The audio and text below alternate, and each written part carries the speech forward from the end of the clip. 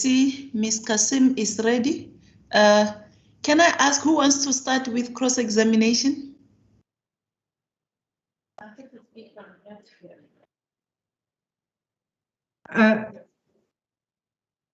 My lady, Yes, we don't have any specific yes, you can start as you usually did. Okay. Yes. My lady, my colleague, Ms. Raja Badlander, will be presenting questions to this witness. Okay. Thank you. Thank you very much. Thank you, my lady. My lady, before I begin, let me just address one omission from what we told the court earlier. Section 27 represents not just the families of the deceased listed, but also represents SADAG, the South African Depression and Anxiety Group. Okay. Just for the record, let me be clear about that, my lady.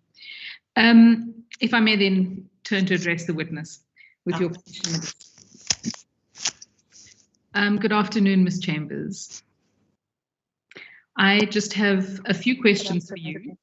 Thank you. I have a few questions for you, and hopefully we shouldn't have the same difficulty with sound because we're definitely not in the same room. Ms. Chambers, I'm going to refer in the course of my questions to 4 different documents or affidavits that you have placed before various proceedings that form part of the record in these proceedings. And they are as follows, and just to assist her ladyship, I'm going to give the case line references up front. Yes. They, my lady, are the general statement, what was called the general statement, Ms. Chambers' affidavit at page 348 of case line. Mm-hmm. The second is her affidavit in the 2015 litigation, which is at page 18028. The third is her affidavit in the 2016. Just a second before you move. Page 18028. Yes, my lady, that's correct. Yes. The third is her affidavit in the 2016 litigation, which is at page 18447. And the last document is Ms. Chambers' affidavit, which attaches a report that was submitted to Justice Moseneke in the arbitration. And that document is at page 22101. Okay. Okay. Thank Ms. you. Chambers, thank you, my lady. Ms. Chambers, you're aware of all of those 4 affidavits I referred to, are you? Yes, I am. Good. Now, we heard before lunch that when it became clear that the department had decided to terminate the Esidimeni contract, that SADAG was concerned about how that termination and the subsequent transfer of mental health care users would be implemented. Do you recall that? Yes, that's correct. And you told the court that you made several attempts to contact the department, and I think you said specifically Dr. Manamela. Am I correct? That's correct, yes. What were you concerned about with that decision? I think at the time when we had heard about the announcement and had received requests from the families, there was no communication to the families. They did not know what was happening or where their loved ones were going. In the review and from the subsequent early meetings that we had with the Gauteng Department of Health, from the project plan, dates were wrong, the NGOs hadn't been assessed or identified. Even just the figures of patients were changing all the time. It wasn't clear. So there were a number of different issues, and it seemed like at the time that patients were already being transferred and moved to different NGOs without a proper plan being in place. So you were trying to get in touch with the department to address those concerns. When did you finally manage to have your first meeting? The first meeting was at the end of October with Dr. Manamela, and then we had another follow-up meeting at the end of November, the 26th. Okay, well, let's start with that first meeting in October 2015. You said Dr. 2015. 2015. you said that was a meeting with Dr. Manamela. Were there other people present at that meeting? Yes, there were representatives from the families that we had brought with, those that had directly contacted SADAG about the concerns with the contract termination. Yes. And were there any other officials from the department present at that meeting? There were a few officials, Nonteba, so I can get her clear name. Yeah, there were about 2 or 3 other government officials. Okay. Can I have you? Sorry. You say how many government officials? Did she say 3? I didn't pick that up. Ms. Chambers, would you like to repeat yourself? Yes, there were 3 government officials at the meeting. Sorry, my lady. Okay. Ms. Chambers, do you have your affidavit that Mr. Late took you through this morning? It's at page 340. I want you to look at 349 of that affidavit. Perfect. Okay. And if you look, there are 2 paragraphs on that page. They're not numbered, but towards the middle of the big first paragraph, you refer to that meeting and you refer to who was present. Would you like to have a look at it and just tell the court who was present? Which paragraph was it? Just a second. My lady, it's the first paragraph on page 349, case lines page 349. Yes. About 2/3 of the way down that paragraph. Ms. Chambers, do you see where I'm referring you to? Yes, thank you. Okay. It was the meeting at the end of October 2015, and we had Dr. Manamela, Nonteba Sanalo, Hannah Jacobs, as well as SADAG, as well as a few family representatives that had attended. Okay. Now, at that meeting, did the families have an opportunity to put their concerns to the department officials that were present? Yes, they did. And what were those concerns? I think the concerns that the families were raising were just the state of well-being for their loved ones. They were explaining the kinds of illness that they had, what were the risks and issues if they had to be moved, as well as how they couldn't take care of their loved ones and how their long journey into trying to get them to the right treatment and care. And they raised these concerns and asked for clear information, dates, timelines, how it was going to work, where they were going to go. And as well as some of these family members were also raising issues that other family members had communicated directly with them as well. Okay. In your affidavit, you say that Dr. Manamela reassured the families. Can you explain that to us? Yes. So her whole point during those meetings was also to help allay anxiety, to say that they did have a plan. They weren't going to just leave patients out on the street, that they were going to communicate. And we as SADAG had also asked to be part of that so that we can help the hundreds of families that had reached out to us. And we were just trying to facilitate that process. Yes. Now, we also heard from you earlier, and it's referred to in all of your affidavits, in fact, that the department had a project plan about which dealt with how they were going to implement the transfer of mental health care users. Can you tell us about that plan and what SADAG's response to the plan was? So there were various versions of the plan that we had seen. From the initial versions, we had picked up serious concerns from patients being moved in December, but NGOs only being assessed in January. There were serious flaws in the project plan that we had first seen. We had raised these and even put it in writing, as well as discussed in the meetings. There was no clear plan, the dates were wrong, and the assessments didn't make sense. For example, they had also predicted that in 1 month they were going to identify the facilities that needed to be renovated, start the renovations, and finish them by the end of a month. And a lot of these buildings were condemned. And when we raised these types of issues with just basic logistics, they were shut down. What do you mean shut down? Can you just clarify for us? Sorry.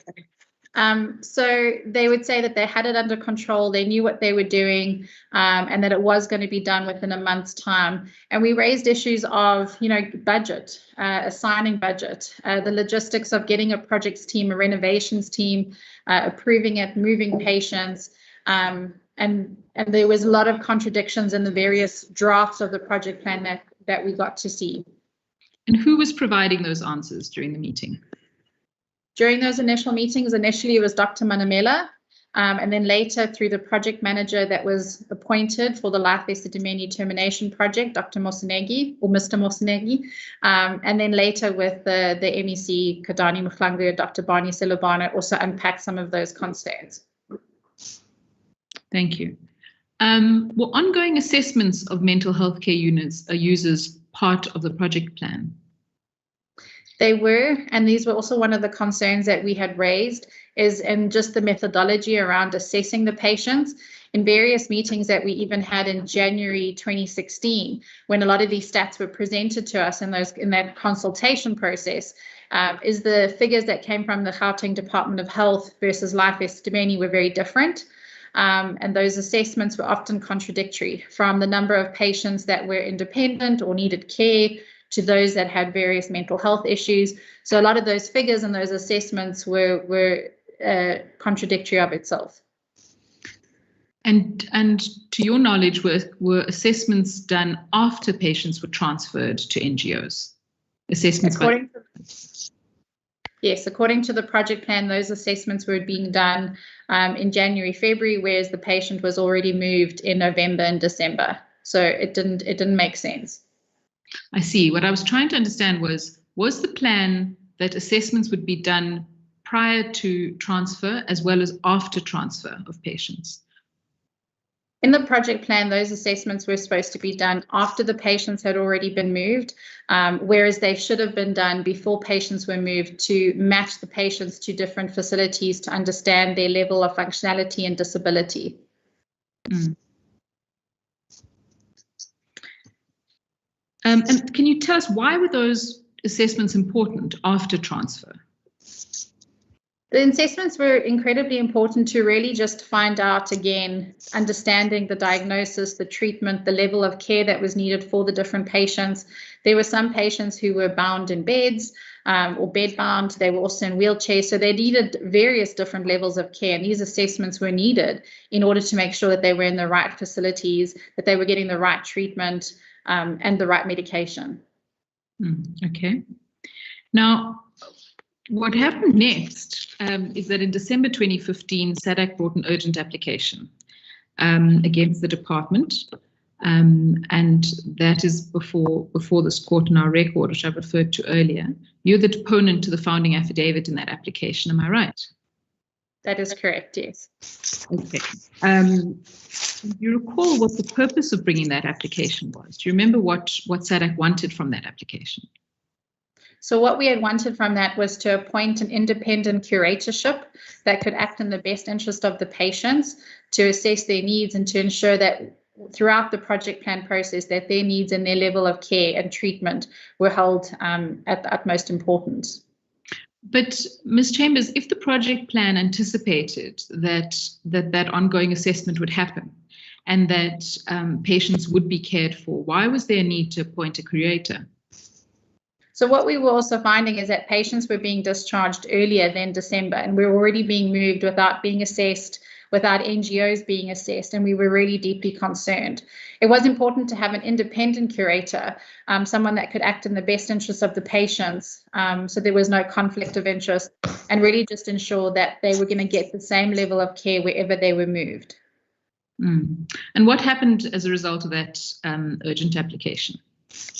That urgent application was settled as well on the 22nd of December 2015, where the Gauteng Department of Health had engaged in a consultation process and had agreed to work with SADC, as well as our other various stakeholders, for our professional expertise and insight, so that we can actually help in putting together a proper project plan and ensuring that the best interests of the patients were upheld, and that no discharge were going to happen over December until we had a proper project plan in place.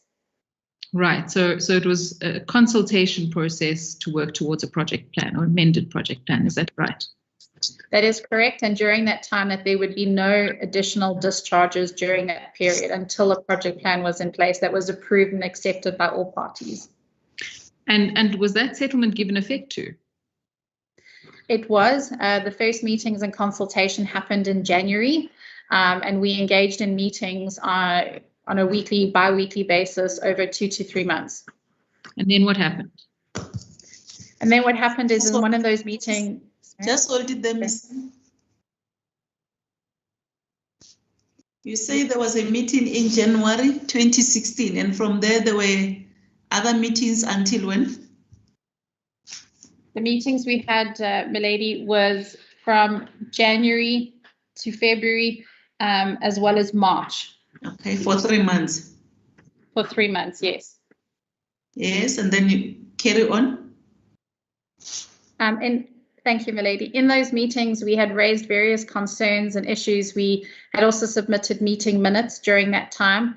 And in one of the meetings on the 8th of March, we had come to hear of a planned discharge plan for 55 patients to Takalani. And as part of our settlement agreement in December, we had not yet approved a project plan that was sufficient enough or adequate enough that was in place or approved. And yet there was a plan to discharge these patients into a facility that was technically a children's facility, and that there was no communication. Yes. So what did you do when you discovered that there was a plan to not discharge to Takalani? So we first just engaged with the various stakeholders in that meeting, both Life Esidimeni to confirm, as well as with the Gauteng Department of Health, where we raised these concerns. We submitted letters. We had these discussions in meetings. And when we had heard of the confirmed transfer of these patients, we then had to go to court for a second time and file an urgent application to stop the discharge of these patients to Takalani. So I want to just take a step back before we talk about the next court proceeding. As part of that engagement with the department to stop patients being moved to Takalani, you refer in your affidavit at page 300 and I think it's, give me a minute, I'll tell you exactly where it is. It's at page 351 of your affidavit. And the paragraph? The paragraph, my lady, is paragraph 10. Okay. Do you see that, Ms. Chambers? Have you got it? Not yet. I'm getting there. It's okay. Take your time. Okay, I'm there. Thank you. All right. So you see in paragraph 10, you start talking about the discharge of mental health care users to Takalani Care Centre, Soweto. And you say there that you had concerns, as you've given evidence now, that centre was actually for children. Yes? That is correct, yes. Okay. I want you to just explain to us, you say when Dr. Manamela was confronted with this transfer, she had a response to answer why adult patients were being sent to a care home for children. Can you describe to us what her response was? Please excuse me, Council. I'm just trying to find the correct. I think I've got the incorrect document in front of me. That's all right. It's your affidavit that was made at a police station. I think that's the easiest way of finding it. And it's page 351. It's the document that Mr. Late took you to this morning and read out.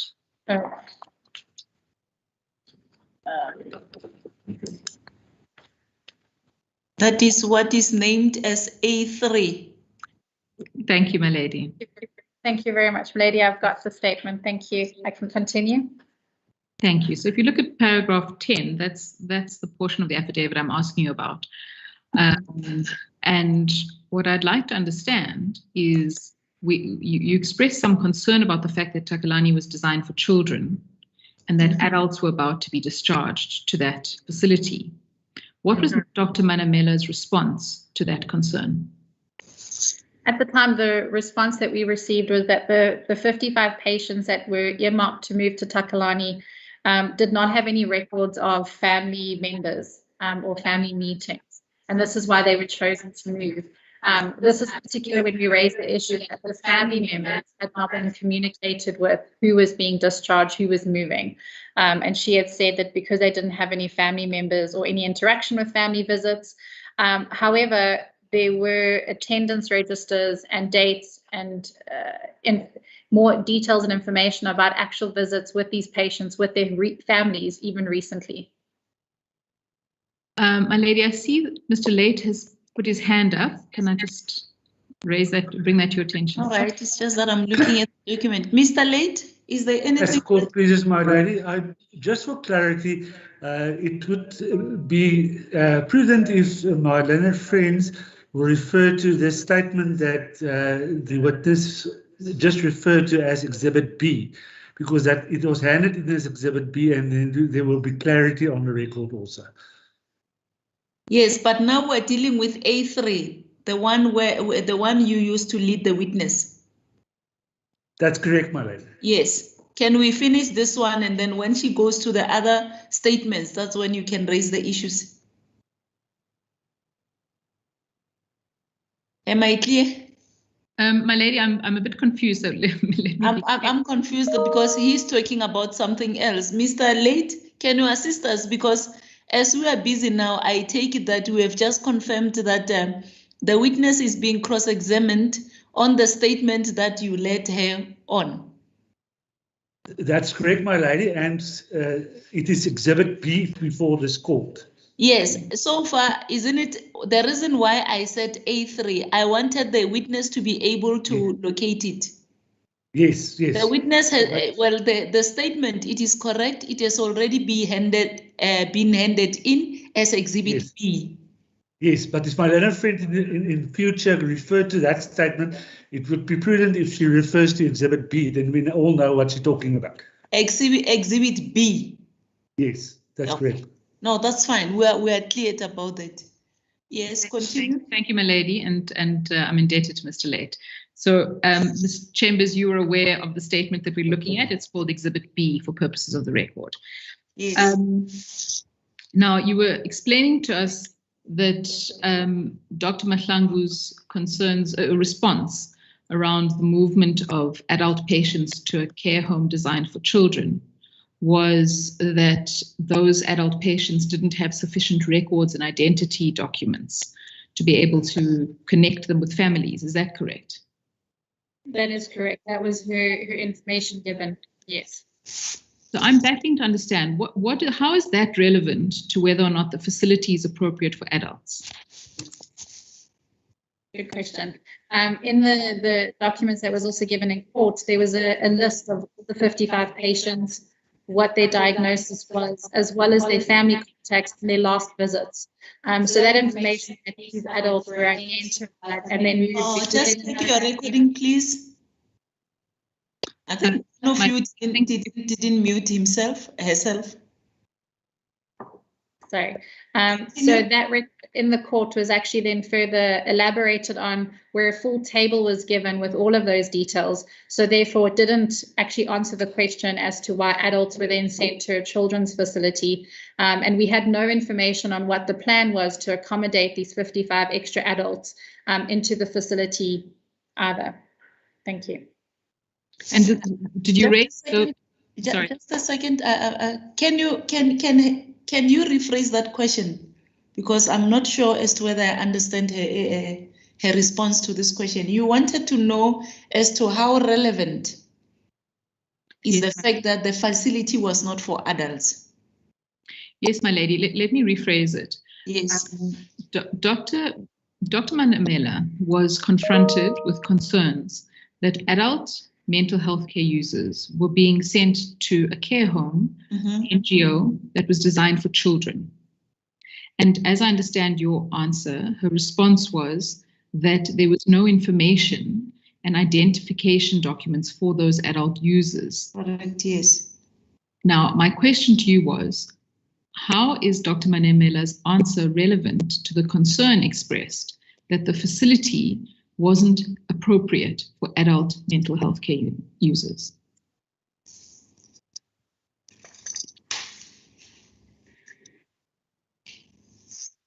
So my answer to that was, in the response that we received from Dr. Manamela, was that the reasons these 55 patients were being moved is because they didn't have family members. So we never got information or a reason as to why these adults were being moved to a children's facility, which was licensed as a children's facility, not as an adults facility.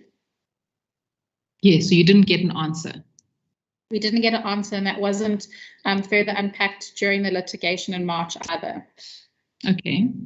And am I correct then that the first mental health care users that died from this group of people that are before this court, or their deaths are before this court, am I correct that the first mental health care users that died were from Takalani?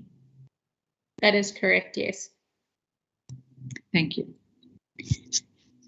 Now, Ms. Chambers, in your report to the Moseneke arbitration, which is to be found at case lines page 22101, you don't necessarily need to go to it at this point, but I'll just refer to that for the judge's convenience. The page again, 22101. Yes.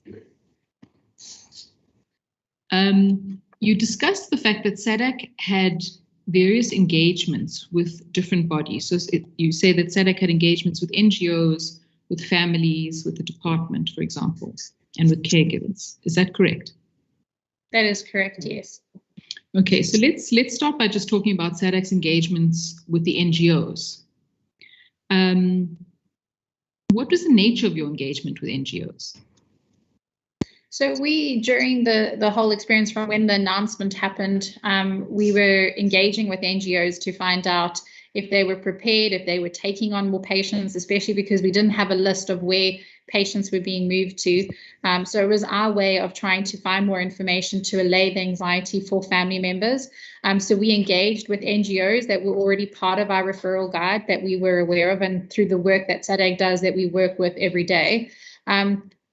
From the start of when patients were starting to be moved to NGOs, we were then receiving calls from NGOs who were deeply concerned. It was either caregivers at the facilities, NGO managers, or even just staff that were working there. They were raising the concerns as to not having food, not having warm clothing, the concerns that they were picking up. For example, we were approached from a group of different caregivers from Takalani, who had raised various different concerns about the safety, the well-being of the existing members at Takalani, as well as now the additional 55. So we would be receiving various complaints and queries from different NGOs. We also received a lot of emails and queries from NGOs who were not getting paid and not getting their subsidy, and that were really battling to also sustain themselves during this period. Mm. And from your experience, what was the impact of those shortages on the NGO's ability to function? Well, they weren't able to provide the basic needs to these patients, whether it be shelter, just having warm clothes and blankets. It was also in winter, but also just food and medication. We had heard of reports of patients having to share meds, caregivers not having transport to get patients to hospitals or clinics.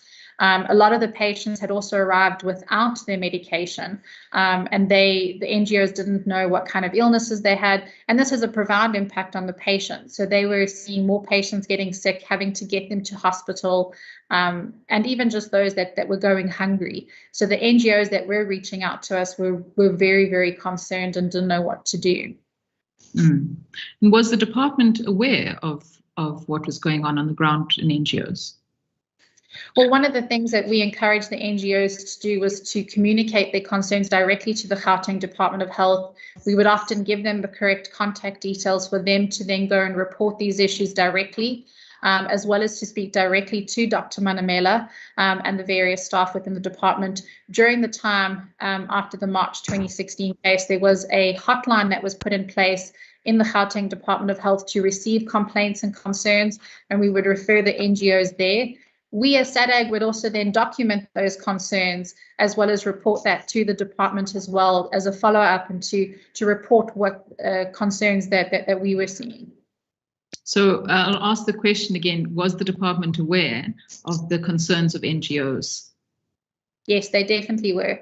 Also, just to add to that, the family members were also those that were able to find and locate their loved ones when they went to visit the NGOs, and they would then report back as to what they were seeing and what their concerns were.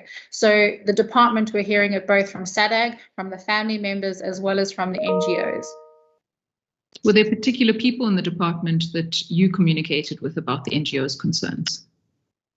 Yes, with the Dr. Manamela. And we would then also do formal letters where we would copy in and send them directly to Dr. Barney Silabano, as well as the MEC of Health, Mrs. Kadani Mkhlangu. Okay, thank you. And then you stated earlier in your evidence to Mr. Late that at some point you were instructed, or the NGOs were instructed, not to communicate with SADAG any further. When was that, and who gave that instruction? So that instruction was given by